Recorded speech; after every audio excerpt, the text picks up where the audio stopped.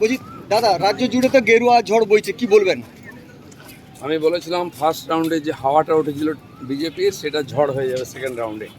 তাই হয়েছে। দুই ফেজেতে যে ভোট হয়েছে, সব জায়গায় যেখানে আমাদের দুর্বলতা ছিল সেগুলো মানুষ একদম হাত ধরে আশীর্বাদ দিয়েছে। কি বলবেন রাজ্যবাসীর উদ্দেশ্যে? রাজ্যবাসীকে প্রথমত আমি ধন্যবাদ জানাবো, তারা এত বড় একটা সিদ্ধান্ত নিয়েছেন, বিজেপিকে জায়গা দিয়েছেন, ৭৫ বছর পরে শ্যামাপ্রসাদের পার্টিকে ক্ষমতায় বসিয়েছেন। আমরা তাদের নিরাশ করবো না, তাদের স্বপ্ন সফল করবো, মোদিজির উপর ভরসা রাখবো।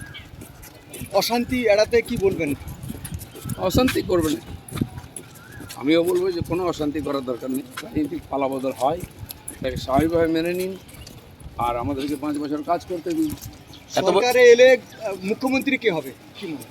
জেনে যাবেন, পার্টি ঘোষণা করে দেবে। এতদিন বিরোধী দলে ছিলেন, এবার সরকারে আসতে চলেছেন, কি বার্তা থাকবে? ঠিক আছে, আমরা বিরোধী দলে 75 বছর লড়াই করেছি বাংলায়, মানুষের সেবা লেগে আছি আমরা, মানুষ আমাদের বিশ্বাস করে আস্থা রেখেছেন, তাদের ধন্যবাদ। তাদের স্বপ্ন পূরণ করার জন্য আমরা পুরো চেষ্টা করব। মুখ্যমন্ত্রী মমতা বন্দ্যোপাধ্যায়কে কি বলবেন? ওনাকে লোক 15 বছর সময় দিয়েছে, উনি মানুষের ইচ্ছা পূরণ করতে পারেননি, মানুষকে কষ্ট দিয়েছেন, মানুষ শরীর দিয়েছে। দেখুন আমরা কী কাজ করি।